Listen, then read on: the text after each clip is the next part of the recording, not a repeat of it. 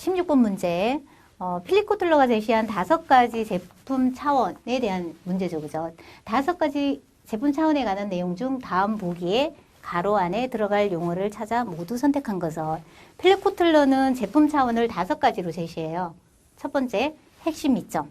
핵심 이점이라는 것은 고객이 실제로 구입하는 근본적인 이점이나 서비스라고 정의되어져 있는데, 일반적으로 드릴을 산다라면 드릴을, 지금 현재 우리가 드릴을 사려고 해요.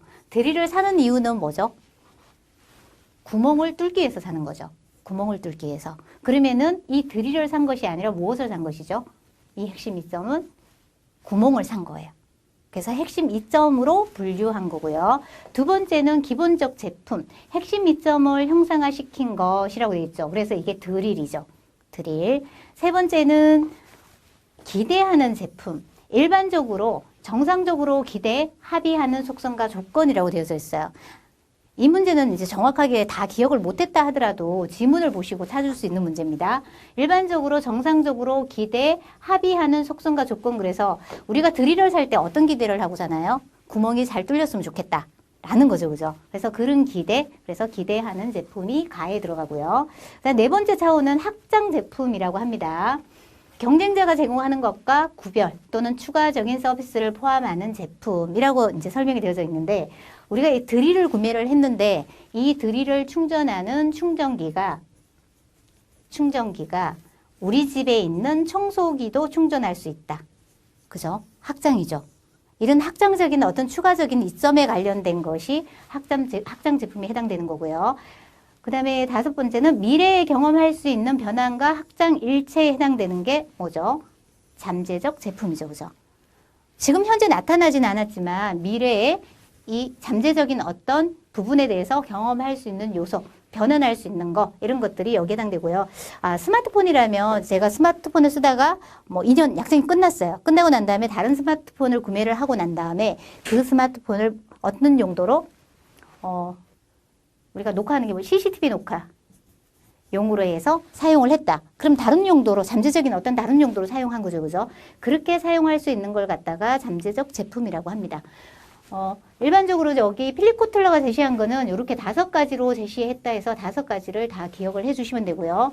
여기 문제에서는 이 문제 유형 하나 문제 나왔기 때문에 하나만 기억을 해주시면 돼요. 그 다음 17번. 기업이 제품 차별화하는 이유가 아닌 것은, 현재 마케팅에서는 가장 중요한 게 차별화잖아요. 차별화가 핵심 키워드인데, 차별화 있는, 다른 경쟁사보다 차별화 있는 제품을 팔아야 더 우리가 경쟁 우위를 차지할 수 있다라고 보시죠. 그죠? 그래서 첫 번째는 실제 시장에서 관찰되는 공급, 생산, 가격, 이익 측면이 이질적이다. 이질적이다라는 얘기는 무슨 얘기? 다르다. 그러니까 지역에 따라서, 사람에 따라서 니즈가 다 다르다라는 얘기죠. 그죠? 니즈가 다 다르니까 어떻게 해야 돼요? 차별화시켜서 제품을, 서비스를 제공해야 된다라는 의미고요. 고객들의 소득이나 기호, 니즈죠. 그죠? 니즈는 같은 게 아니라 굉장히 다양하죠. 다양한 니즈를 다 충족을 시켜주려면 어떻게 해야 된다? 뭐 특계층에 따라서 세분화시켜서, 가령 핸드폰이다라고 하면요. 자, 60에서 80대 같은 경우는 어떤 폰을 원할까요? 스마트폰 터치가 잘 되실까요? 아니잖아요. 그죠? 그래서 우리가 실버폰이라고 나오죠. 그래서 투지폰처럼 형태로 나오는 전화기를 판매하는 것. 그 다음에 요금제도 어떻게 해준다? 실버 요금제로 해서 가격대를 낮춰준다. 해서 그렇게 차별화해서 공급을 하는 거라고 보시면 되겠습니다. 고객마다 독특한 요구를 가지고 있다. 다 다르죠. 독특한 욕구를 가지고 있다. 기업은 고객 욕구에 맞게 제품을 제공하여 개별적 유리성을 확보하려고 한다. 차별화시키는 거죠. 5번 지문 보시면요. 고객은 표준화되었나요? 표준화가 뭘로 바뀌어야 될까? 차별화. 동질화되었나요? 아니죠. 굉장히 다양화되었죠. 다양화된 서비스와 제품을 원한다. 그래서 5번이 답입니다. 이 문제 유형 하나밖에 출제가 안 되었습니다. 그래서 뭐 차별화하는 이유에 대한 문제는 이거 하나이기 때문에 요거 기억해 주시면 돼요. 그 다음 18번. 의료기관의 경제적 특징으로 적절하지 않는 것은, 우리가 이제 경제적 특징인데 다른 기업과 굉장히 독특한 특징을 가지고 있는 기업이 의료기관입니다. 그래서 첫 번째, 외부 효과가 있고요. 공공재적 성격을 가지고 있습니다. 여기에 3번에 보시면 정보의 대칭성이라고 되어져 있는데 정보가 대칭적인 게 아니라 굉장히 비대칭적이다. 비대칭. 성을 가지고 있습니다.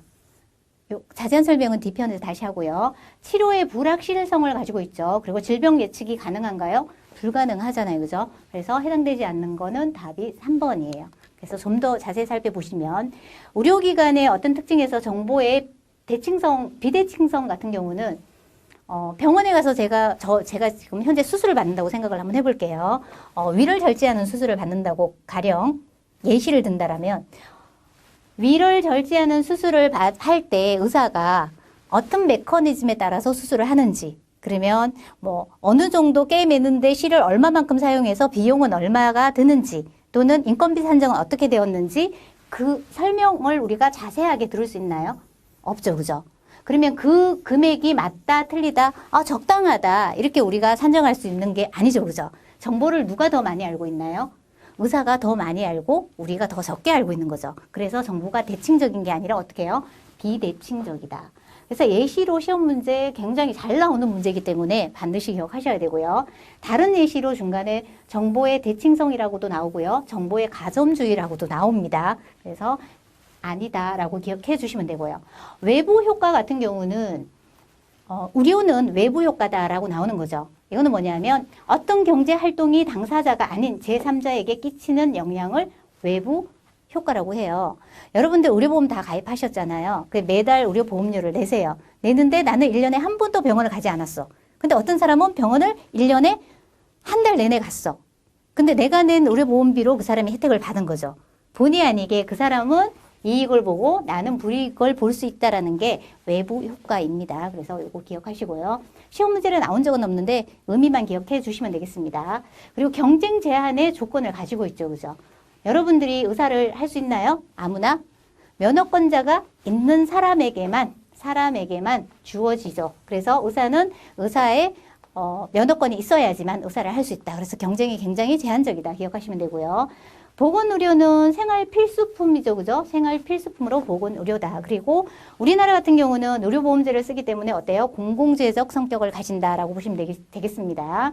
그리고 질병은 예측이 불가능하다. 그리고 치료도 불확실하다. 어떤 사람은 똑같은 상황인데 완치가 되는 사람이 있고 어떤 사람은 어때요? 완치가 되지 않는 사람이 있죠. 그죠? 그래서 이렇게 기억을 해주시면 되는데 여기에서 자 비대칭성은 시험 문제 지금 나왔던 문제고요. 경쟁 제한에 대한 문제도 잘 나오는 문제입니다. 기억을 해주시면 되고요. 그 다음 공공재 기억하시고 예측이 가능하다 이렇게 나옵니다. 불가능하다 요거 기억하시고 해서 총 3문제가 이 화면에서 나온 문제예요. 그래서 유형이 바뀌더라도 풀 수 있어야 되겠습니다. 그 다음 19번 문제. 가빈이 제시한 품질 8가지 구성 요소에 포함되지 않는 것은 가빈이 제시한 가빈은 8가지로 품질 구성 요소를 제시를 해요. 그래서 여기 보면 지속성이다, 신비성이다, 적합성이다, 서비스 제공 능력이 있어야 된다. 이분이 제시하지 않은 게 일관성이라고 보시면 돼요. 이 문제는 2가지 유형밖에 시험 문제 안 나왔어요. 보시면은 최근 문제 경향에서는 일관성이 답이에요. 근데 기출문제가 예전에 거도 돌려서 나오기 때문에 저희 시험이 기출문제 방식입니다. 그래서 커뮤니케이션이 가장 많이 들어갔던 거예요. 그래서 2개 예시 중에 하나이기 때문에 이것만 기억하셔도 이 문제는 풀 수 있는 문제겠죠. 그죠? 그 외의 성과나 특징, 신뢰성, 적합성, 지속성, 서비스 제공 능력, 신미성, 인지된 품질 해서 제시한 게 8가지다 기억하시고요. 그리고 구성 요소가 아닌 것은 해서 문제 유형 이거 하나 있고요. 그리고 또 하나 문제는 뭐가 나왔냐면 특징, 그 다음에 적합성. 최근에는 특징에 대한 예시가 시험 문제에 나왔어요. 예시에 해당되는 요소는 이렇게 찾는 문제입니다.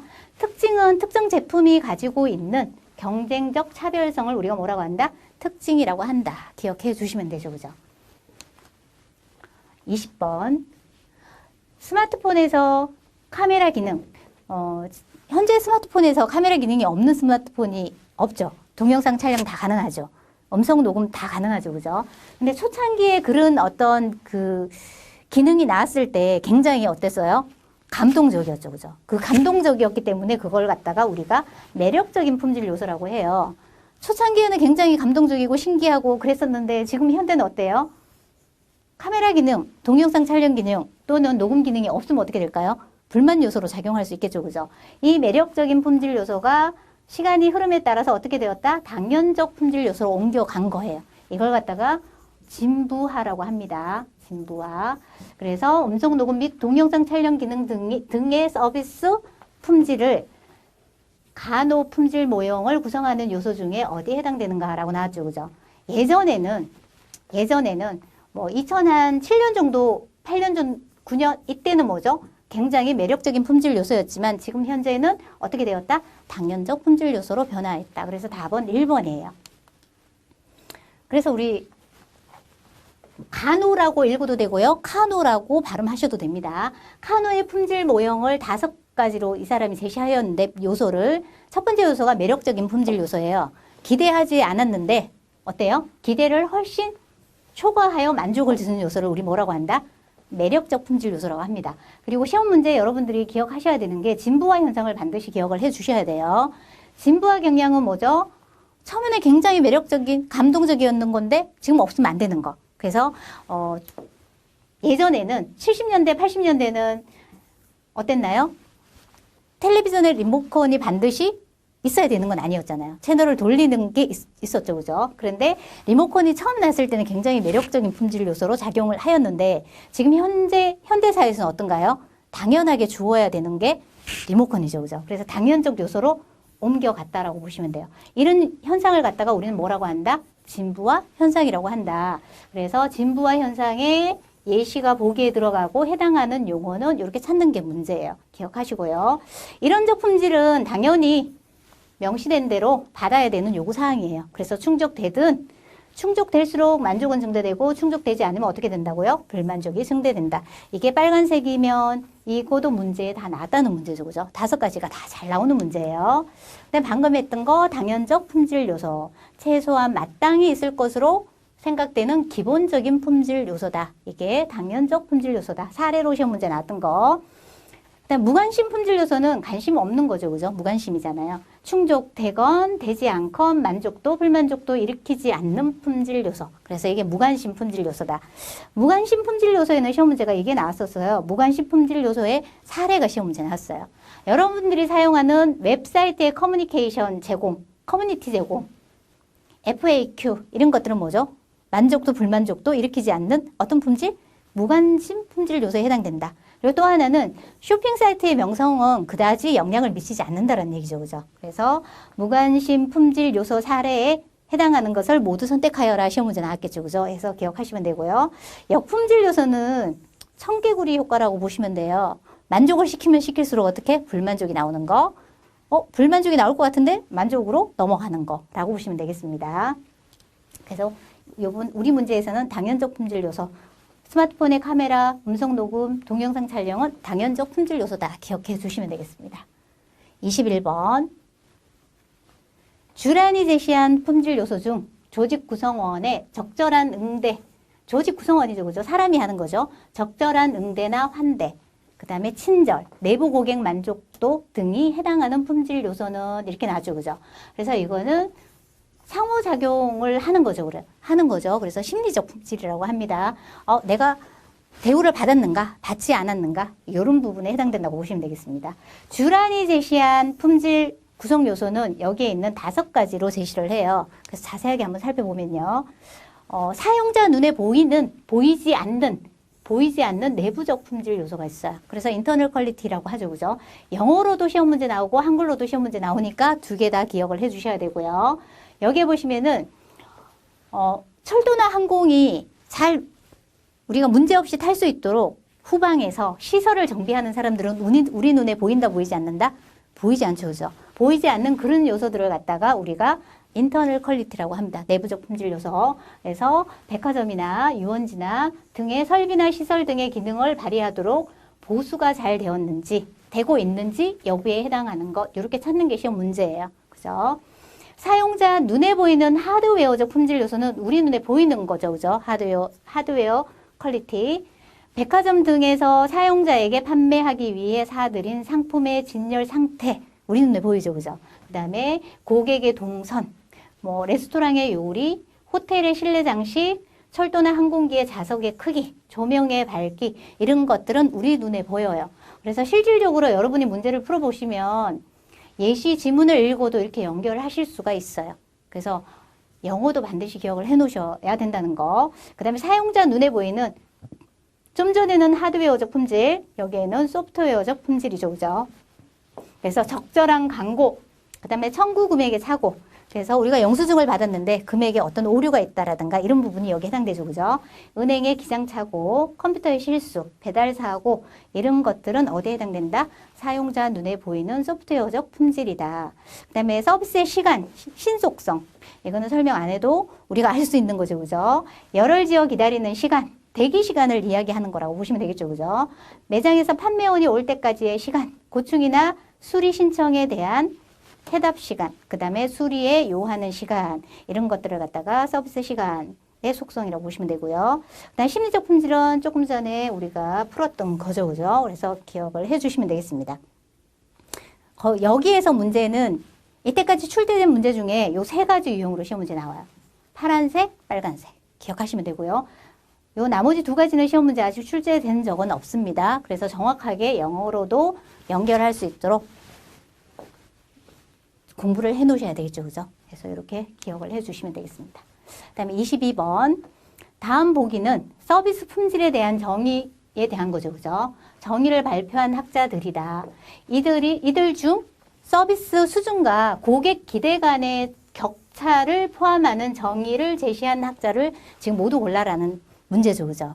그러니까 기대 대비 성과죠. 기대 대비 성과가 좋았나 나빴나에 따라서 긍정이다 또는 부정이다 라는 결과를 나타낸다라고 제시한 사람이 일반적으로는 대부분의 사람이 여기에 해당된다고 보시면 돼요. 지금 알브레히트와 젬케 같은 경우는 이 모형하고 조금 다른 모형을 제시를 해요. 나머지는 모르는 사람 이름이 나온다 하더라도 대부분은 똑같은 기대 대비 기대 불일치 이론에 근거해서 모형을 만들었다고 생각하시면 되고요. 그래서 알브레히트와 젬케 모델을 한 번 더 살펴볼게요. 이분들은 기대 대비가 아니라 품질 모형을 개발할 때 한 서비스 모형만 보신 거예요. 그래서 어디에서 1980년대 브리티시 항공을 대상으로 하나만 연구를 했어요. 그래서 항공사를 대상으로 조사를 해보았더니 서비스 품질 구성 차원이 항공은 비행기를 탈 때 고객들이 원하는 거죠. 그죠? 돌봄과 관심을 원하더라. 그죠? 고객이 추우면 어때요? 담요를 갖다 줘야 되죠. 그 다음에 목이 마르거나 배가 고플 수도 있어. 그럼 뭐죠? 음료나 식사 제공을 해주는 거. 그래서 돌봄과 관심. 그 다음 자발성. 문제가 일어났을 때 자발적으로 가서 해결을 해줘야 된다. 그 다음 문제 해결 능력. 이거 뭐죠? 위급한 상황이 생겼을 때 문제 해결을 어떻게 해야 할 건지. 그 다음에 회복. 어떻게 문제가 생겼을 때 회복을 어떻게 시켜주어야 될 건지 해서 요 네 가지 구성 차원으로 제시를 해준 겁니다. 그래서 알브레히트와 젬케 모델 같은 경우는 밑에 있는 예시, 지금 여기 문장의 예시 전체가 보기로 들어가서 이 모형에 해당하는 것 찾는 게 시험 문제가 최근에 자주 나오는 문제예요. 그래서 알브레히트 젬케 모델은 정확하게 항공사를 대상으로 했다. 요것만 기억하셔도 되겠죠. 그죠? 예시문에 항공사를 대상으로 했고 구성 차원은 이 네 가지로 제시했다. 이렇게 나오면 이것은 어떤 모델? 알브레히트와 젬케 모델이다. 선택을 해주시면 되겠습니다. 23번 문제. 다음 보기에서 서비스 품질에 영향을 미치는 조직 어디요? 내부 요인에 해당하는 것은 조직 내부 요인이니까 어때요? 조직 내에서 일어나는 어떤 문제라고 생각하시면 되겠죠. 그죠? 생산과 소비의 비분리성, 서비스의 특징이죠. 생산과 소비가 동시에 일어난다는 건 뭐죠? 서비스를 제공받을 사람이 항상 고객이 존재해야 된다는 거. 고객이 있어야지 서비스를 제공할 수 있다는 거. 이거죠. 그죠? 그것 때문에 항상 문제가 발생하죠. 접점에서 고객을 만나기 때문에. 그 다음에 노동의 집약성. 기계로 대체할 수 있는 게 아니라 사람이 직접 제공해야 된다. 두 번째 문제는 서비스의 노동 집약성으로 인해서 어때요? 서비스를 표준화하기가 쉬워요? 어려워요? 굉장히 어렵죠. 그죠? 그래서 서비스 표준화에 어려움이 있기 때문에 왜? 서비스를 받는 대상이 60대도 있고 50대도 있고 30대도 있고 20대도 있고 10대도 있다. 그러면 동일한 서비스를 제공하면 될까요? 각각 다르게 제공을 해야 된다는 거. 그래서 표준화시키기가 굉장히 어렵다. 그 다음에 직원에 대한 불적절한 서비스. 이거는 기업에서 내부 직원에 대한 서비스죠. 그죠? 부적절하기 때문에 일어나는 거. 그 다음에 기업에서 단순히 고객을 수치로 보는 것은 조직 내부에서 일어날 수 있는 품질에 영향을 줄 수 있는 요인으로 작용을 한다 해서 이게 모두 다 답이에요. 모두 다. 그래서 5번이 답이 되겠습니다. 내부 마케팅의 영향 요인으로 24번 문제입니다. 내부 마케팅 영향 요인으로 가정 통제에 해당하는 것은 내부 마케팅에서는 이 통제 요인의 단계가 3단계로 이루어져요. 자, 먼저 투입 단계가 있고요. 두 번째 단계가 가정 단계예요. 마지막이 뭐죠? 결과로 나타나죠. 투입, 가정, 결과 이 3단계로 이루어진다고 보시면 되고요. 그러면 이 가정 통제에서 우리가 해야 될 부분은 자, 투입 통제에서는 우리가 기본적으로 생각해도 투입 단계에서는 어떤 것들이 일어날 것 같아요? 뭔가를 넣어야 되죠. 돈을 투자해야 되고 인력을 투입해야 되고 여러 가지를 해야 되는 부분. 선발하면 돈이 들어가죠. 투입. 그 다음에 교육 훈련시키는 것도 돈이 들어가죠. 투입이죠. 근데 불평 처리와 고객 만족 제고는 뭐죠? 결과로 나오는 거잖아요. 그죠? 결과. 그 다음에 자원 할당을 포함한 전략계획 같은 경우는 자원이니까 투입에 해당되겠죠. 근데 그 과정에서 이렇게 투입을 해서 가정에서 종사원들이 일을 더 잘하게 하기 위해서 어떻게 해줘야 돼요? 관리를 해야 되겠죠. 그리고 난 다음에 적절하게 인센티브를 제공해줘야 효율이 올라가겠죠. 그래서 3번이 어디에 해당된다? 가정통제에 해당되겠습니다. 그래서 조금 더 살펴보면 투입 통제에서는 자원이 들어간다. 일단 돈이 투자된다라고 보시면 돼요. 인력을 투입해도 인건비가 들어가죠. 그죠? 그래서 이런 것들이 다 4가지가 해당되고요. 가정통제에서는 관리 절차와 보상이 조금 전에 답이었죠. 그죠? 조직의 구조도 가정통제에 해당되고요. 여러분들이 기억할 거는 이것만 기억하셔도 돼요. 이 문제밖에 안 나왔기 때문에. 결과통제는 당연히 이걸 다 거치고 나면 어때요? 고객의 불평이 나오겠죠? 그 다음에 또 하나는 서비스 품질로 이어지겠죠. 또 하나는 고객이 만족한다, 불만족한다 해서 결과로 나타나겠습니다. 그래서 가정통제 부분만 기억을 해주시면 돼요. 25번. 슈미트가 제시한 경험적 마케팅의 전략적 모듈, 그죠? 모듈의 기반이 되는 5가지 경험. 그러니까 우리가 경험을 제공하는 수단이 5가지가 있다는 얘기죠. 5가지로 경험을 제공해 주는데 해당되지 않는 거. 우리가 일반적으로 가장 많이 하는 게 감성적인 거, 감성을 제공하는 거. 두 번째는 감각적, 그 다음에 인지적, 관계적, 충동이 아니고 뭐죠? 행동적 경험을 주는 거예요. 그래서 자세하게 좀 살펴보면 일반적으로 여러분들이 가장 잘 알고 있는 거, 감각적, 오감 마케팅 들어보셨나요? 시각, 청각, 촉각, 미각, 후각을 통하여 소비자가 원하는 경험을 창출하는 거. 이걸 갖다가 우리가 감각적 센스죠. 그죠? 경험을 제공해 주는 거. 그 다음에 감성적인 거. 그래서 요즘 감성 경영이라고 얘기하잖아요. 감성 경영. 그래서 감성을 제공해 주는 거. 그래서 긍정적인 감정. 그 다음에 즐거움을 제공해 주는 거. 그죠? 자, 그래서 자부심 같은 강한 감정에 이르기까지 영향을 주는 거. 그 물건을 씀으로 해서 어때요? 내가 자부심을 느끼는 거예요. 애플폰을 쓰는 사람은 폰만에 어떤 자기가 씀으로써 해서 행복감이 있죠. 그죠? 그 자부심을 주는 거. 삼성폰을 쓰는 사람들은 삼성폰에 대한 어떤 그런 자부심. 그것 때문에 쓰는 거잖아요. 그죠? 그래서 감성 마케팅에 해당되죠. 그다음에 인지적 마케팅 같은 경우는 일반적으로 어떤 지식 추구라고 보시면 돼요. 그래서 다른 말로 이걸 갖다가 이성 마케팅이라고도 합니다. 감성이 아니고 어디에다가 이성에다가 추구하는 것. 그래서 창조적 인지력과 문제 해결 경험을 만들어주는 것.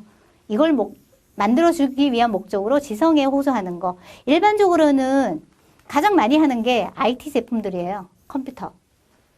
인텔 프로세서, 586, 386, 요즘은 i5, i7 이렇게 나오잖아요. 호기심을 일으키게 하는 거. 그 기술적인 부분, 지식적인 부분에 호기심을 불러일으키도록 초점을 맞추는 게 인지적 경험. 그 다음에 마지막으로 줄 수 있는 경험이 어떤 경험? 행동적 경험입니다. 행동은 육체적인 경험을 실제적으로 해보게끔 해주는 거. 그래서 라이프 스타일과 상호작용에 영향을 끼치는 것을 목표로 한다. 그래서 각각의 종류는 시험 문제 안 나와요. 그래서 여기 해당되는 것, 해당되지 않는 것. 문제는 이거 한 문제밖에 출제가 되지 않았기 때문에 이거 기억하시면 되고요. 마지막으로 줄 수 있는 게 요즘은 관계 마케팅. 앞에서도 배우셨듯이 CRM 마케팅에 해당되겠죠. CRM. 그래서 관계적 경험을 주는 것. 여기에서는 위에 있는 이 4가지가 다 여기 들어간다고 보시면 돼요. 통합해서 경험을 준다라고 보시면 되겠습니다. 26번. 다음 자료 수집 기법 중 투사법 유형에 해당하지 않는 것. 투사는 뭐죠? 반영시키는 거잖아요. 그래서 그렇게 보시면 투사법의 어떤 전략 방법으로 연상시키는 거, 그 단어를 연상하게끔 하는 거, 문장에 가로를 줘서 완성하게 하는 거, 그 다음에 이야기 완성법, 내가 주인공이 돼서 그 이야기 속으로 들어가는 거, 그 다음에 역할 수행하는 거, 다른 사람의 역할을 내가 대신 수행해 주는 거, 요 네 가지의 전략으로 투사법을 많이 사용을 해요. 그리고 심층 면접법 같은 경우는 어떤 종류예요? 투사법이 아니고 그냥 면접법의 한 종류예요.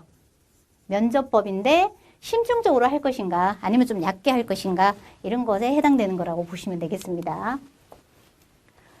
27번 문제, 마케팅 조사 시 정성 조사 기법을 적용해야 되는 경우가 아닌 것.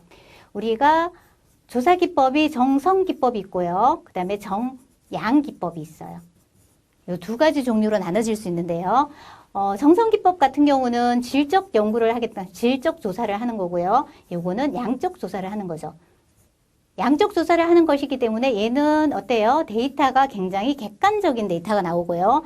얘는 소수의 사람들로 심층적으로 조사했기 때문에 객관적이기보다는 어때요? 주관적인 어떤 데이터가 나오겠죠. 그래서 두 개 특징을 생각하고 문제를 풀어야 되는 문제예요. 그래서 정성조사 기법을 적용해야 되는 경우가 아닌 것이 지금 현재 3번이죠. 그죠?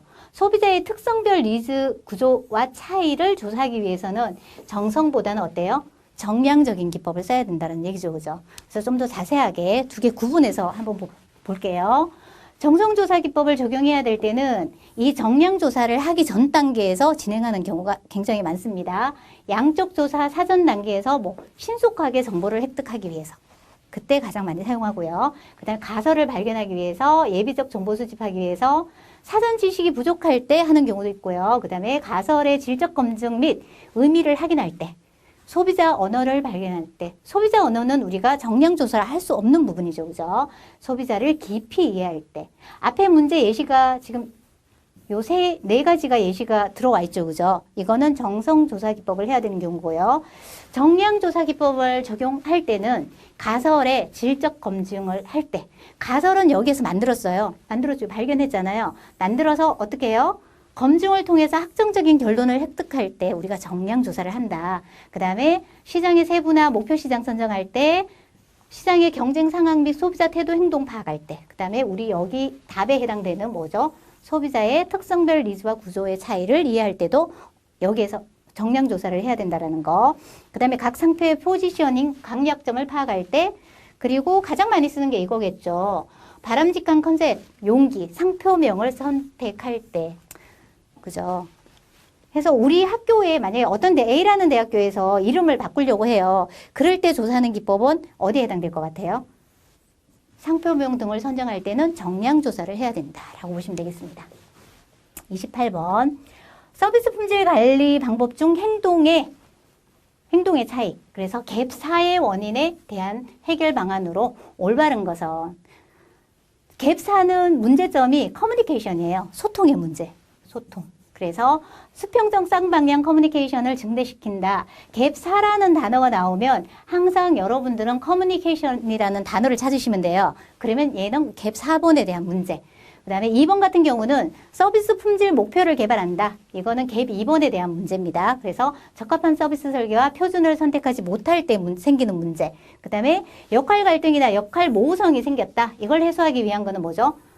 갭 3번, 서비스의 표준을 제대로 제공하지 못했기 때문에. 그 다음에 갭 1번 같은 경우는 뭐죠? 조직의 관리 단계를 축소한다. 그 다음에 또 묶어서 할게요. 고객의 패널을 이용하여 고객 기대를 조사한다. 갭 1번의 문제는 고객이 기대하는 바를 기업이 알지 못할 때, 그래서 고객 조사에 실패했을 때 발생한다라고 보시면 돼요. 그래서 이 두 가지는 갭 1에 해당된다라고 보시면 되겠습니다. 그 다음에 29번은 기업이 생산 시설을 확충하거나 축소하여 그 효과가 마케팅 실적으로 나타날 수 있도록 기간이 어떻게 되죠? 1년에서 2년. 1년에서 2년은 중기 계획에 해당된다고 보시면 되고요. 그 다음에 3년 이상으로 넘어간다. 장기 계획으로 보시면 되겠습니다. 그래서 답은 5번이 해당되겠습니다.